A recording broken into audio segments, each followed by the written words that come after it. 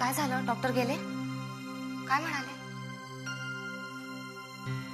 Is out of danger ना.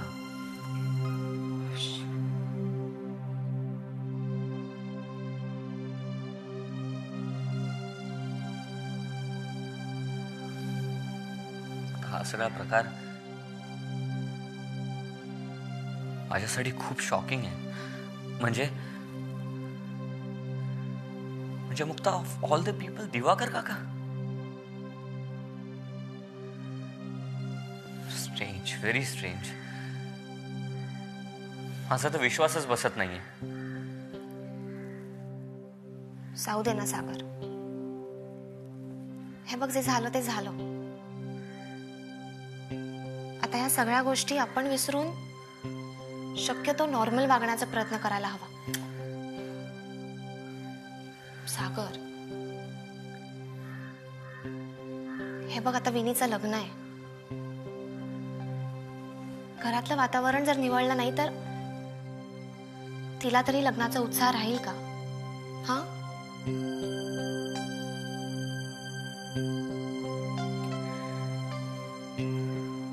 बरोबर आहे तुझं.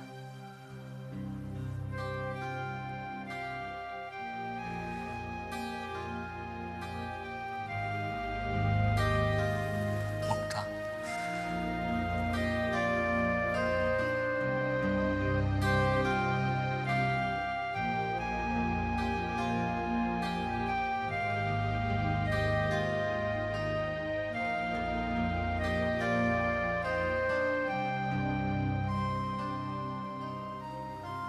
डोंट वरी सागर.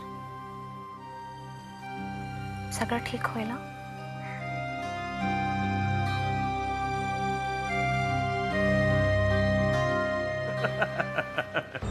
काय सांगता काय साहेब? हा, तुमच्या फुल फॅमिली समोर त्या गडकरीचं नाक कापलं गेलं. शालेट शालेट चांगली हद्दल घडली त्याला. तुला सांगतो, स्वतःच्या कुटुंबात सुद्धा आता जागा उरलेली नाही मान वर करायची. पण कांता, खरं सांगू, हे घडलं ते मला बरं नाही वाटलं. का? तर त्या पोरींचा विचार केला ना की असं वाटतं जे घडलं ते खूप वाईट घडलंय.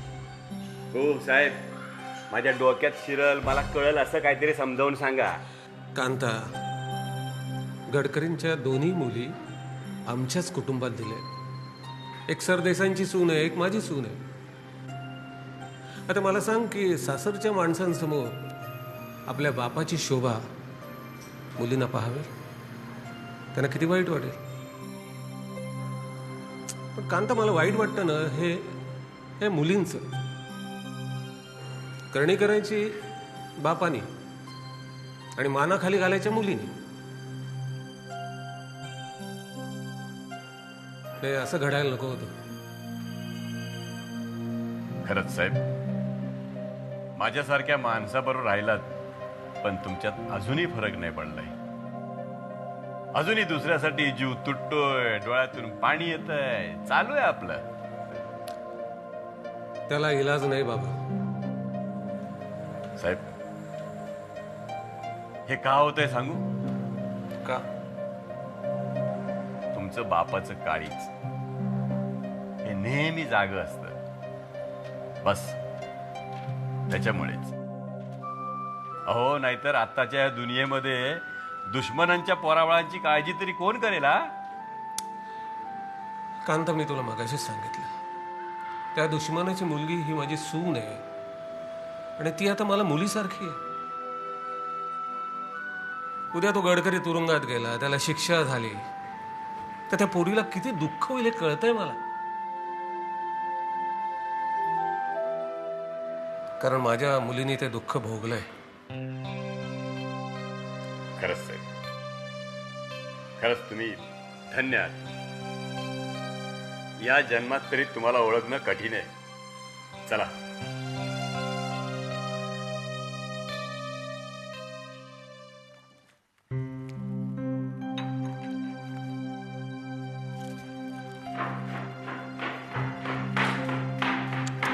ममा, ममा, हे काय चाललंय? काय ग, कसला आरडाओरडा करतेस? मुक्ता सांगत होती की आजीने माझ्या लग्नाचा परवाचा मुहूर्त काढलाय. हो गो बाई, त्यामुळे मला इतकं टेन्शन आलंय, तर काहीच तयारी नाही. पण तू काळजी करू नको, सगळं होईल. अगं मम्मा, तुम्हाला काय झालंय? पप्पांची काय अवस्था आहे आणि तुम्हाला हे काय सुचतंय? आणि एनिवे माझंही आता लग्न करण्याचा मूड नाहीये. विनी, इतकं चांगलं स्थळ मी हातचं जाऊ देणार नाहीये. तेव्हा कुठलाही विचार न करता तू गपचूप लग्नाला उभी राहा, हेच ना? तुम्हाला काहीच कसं कळत नाहीये. अगं आता लग्न करणं म्हणजे. हॅलो. हॅलो, वहिनी मधुरा बोलतेय. मम्मा मी तुझ्याशी. हा मधुरा, बोला. खूपच टेन्शन आलंय. अगदी परवाचाच मुहूर्त निघालाय ना, आणि अजिबात काही म्हणजे काहीच तयारी झालेली नाहीये. एक काम करा प्लीज. हा हा. विनीला दुपारी जरा घरी पाठवून द्याल का?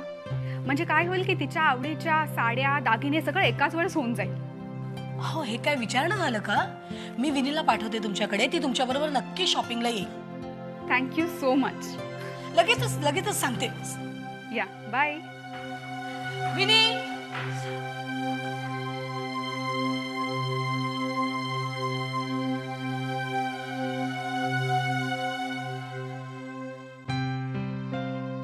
सर, ही मागच्या महिन्याची प्रोडक्शन स्टेटमेंट 7% इन्क्रीज आहे सर. गुड. याची क्वालिटी सर्टिफिकेट्स आणलेत? या सर.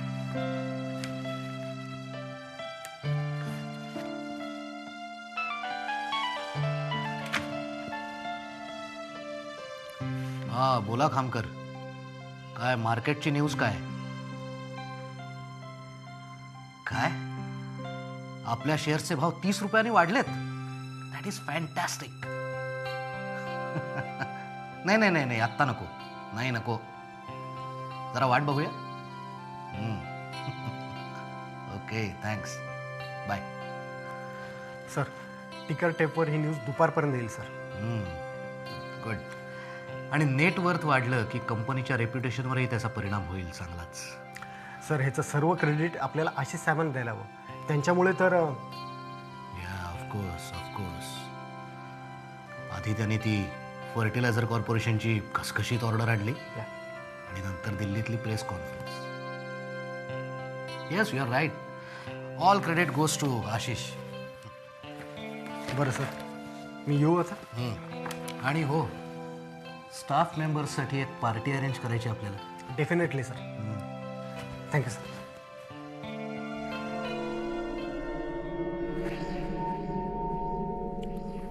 विनायक रणदिवे, धंद्याच्या बऱ्याच खाचाखोचा अजून शिकायच्या आहेत तुम्हाला. भाव थोडेसे वाढल्याबरोबर माझे शेअर्स विकून टाकलेत. आता पश्चात्ताप होईल तुम्हाला. एक लक्षात ठेवा विनायक रणदिवे साहेब, काहीही करा, कसलेही डावपेच आखा, पण या अरुण गडकरीपासून पैसा फार काळ दूर राहू शकत नाही.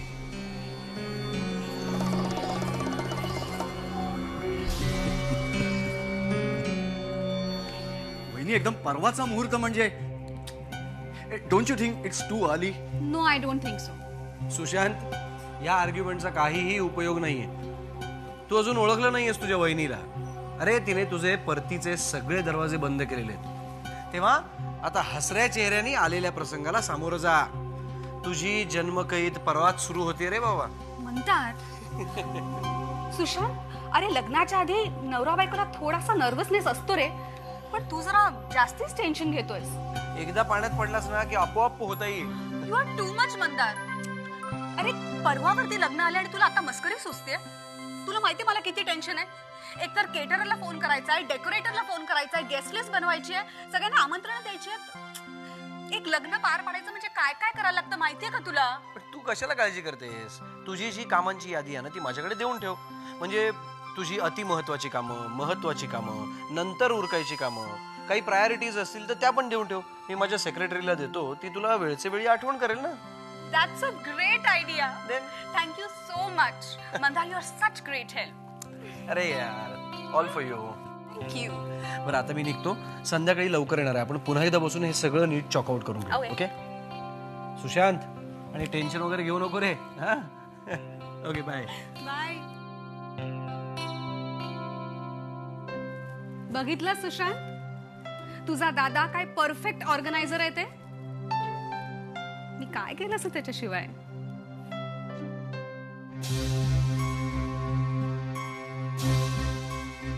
दादा म्हणतोय ते बरोबरच आहे.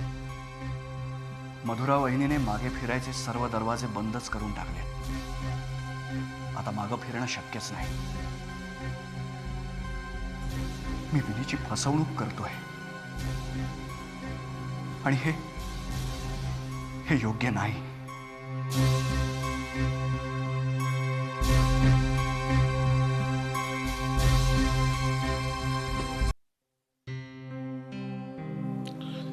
माय गुडनेस,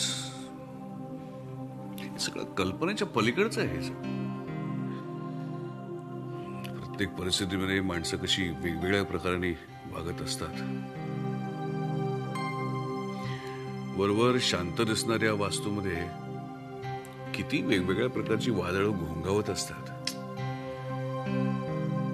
अरे गोवर्धनसाठी अमृत डेअरी हेच त्याचं जग होतं. सगळं आयुष्य बांधलं गेलं होतं त्याच्याशी. आता म्हणतोय राजीनामा देतो आणि मोकळा होतो, म्हणजे पुन्हा असला प्रकार घडणार नाही. एका अर्थी मला गोवर्धनचं म्हणणं पटतंय. काय जिथे हेवा, द्वेष, मत्सर, चीड हे सगळे प्रकार असतात ना, तिथे एकत्र काम करणं कठीण असतं. खूप काळजी वाटते रे त्याची. नाही, काळजी करू नकोस. मी गोवर्धनला चांगलं ओळखतो. तो ह्याही परिस्थितीवरती मात करण्याचा निश्चित प्रयत्न करेल, जिद्दीने प्रयत्न करेल.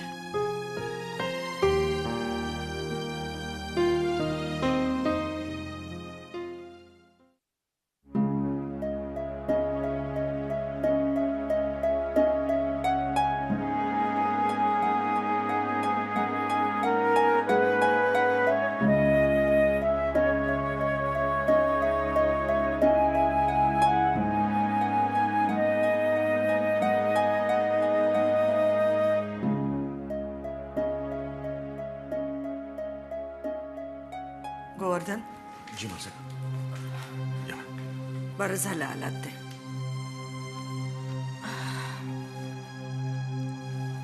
बसा.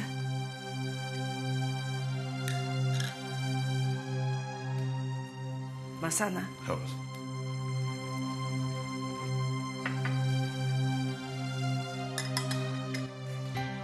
बरं झालं आलात ते. आम्हाला खूप महत्वाचं बोलायचं आहे तुमच्याशी. असे तुमची तब्येत बरोबर नाही का? गेले 2-4 दिवस घरात जे काही घडलंय ते अजून पचनीच पडलेलं नाही. फार जिव्हारी लागलंय हो सगळं. असो गोवर्धन, तुम्हाला माहितच आहे, परवा आपल्या विनीचं लग्न आहे. त्याच्यामुळे पद्माकर, सागर, राकेश सगळेजण खूप बिझी आहेत. आम्ही सुद्धा शरीराने आणि मनाने फार थकून गेलोत. म्हणून तुम्हाला जरा विनंती करायची होती की पुढचे काही दिवस अमृत डेअरीचा सगळाच्या सगळा कारभार तुम्ही सांभाळाल ना? मासाहेब, ऍक्च्युली मी वेगळ्याच कारणासाठी तुमच्याकडे आलो होतो. हा माझा राजीनामा आहे.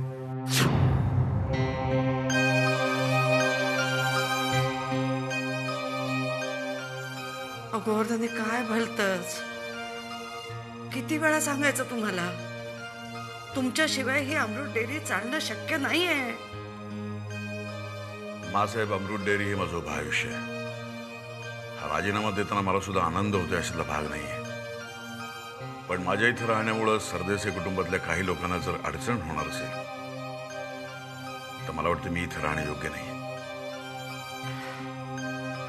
गोवर्धन, आत्ता या विषयावर आम्ही काहीही बोलू इच्छित नाही.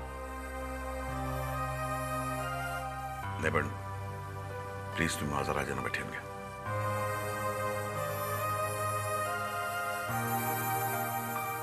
प्लीज.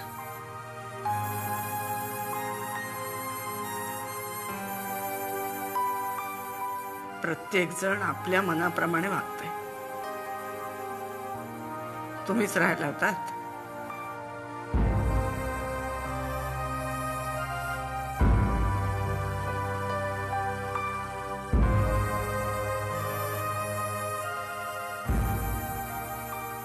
हा राजीनामा आम्ही ठेवून घेतोय. याचा अर्थ तो स्वीकारला असा होत नाही. आपण नंतर शांतपणे बोलूया. या तुम्ही.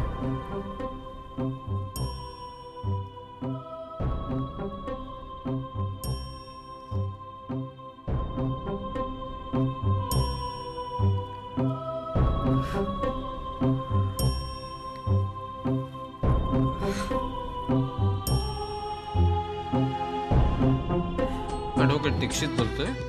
मासाहेब आहेत का? आज घरात कोणीच नाही. डॅडींनी सांगितलेलं काम आज करता येईल नाही.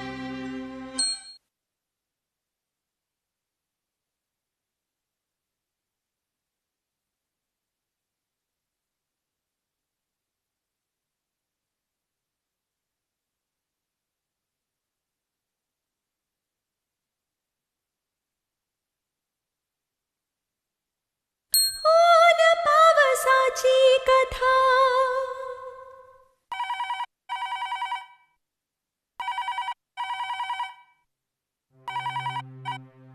हॅलो. हॅलो, ॲडव्होकेट दीक्षित बोलतोय. मासाहेब आहेत का? नाही, त्या नाही आहेत. काही काम होतं का? त्यांच्याशी जरा महत्त्वाचं बोलायचं होतं. कुठे गेलेत त्या आणि कधीपर्यंत येतील? तासाभरात येतील. बरं, त्यांना सांगा माझा फोन आला होता. ठीक आहे, सांगते. थँक्यू.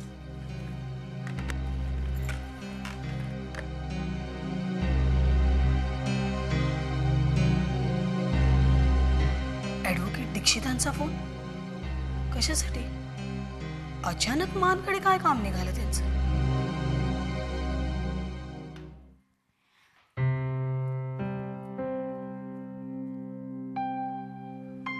अरे,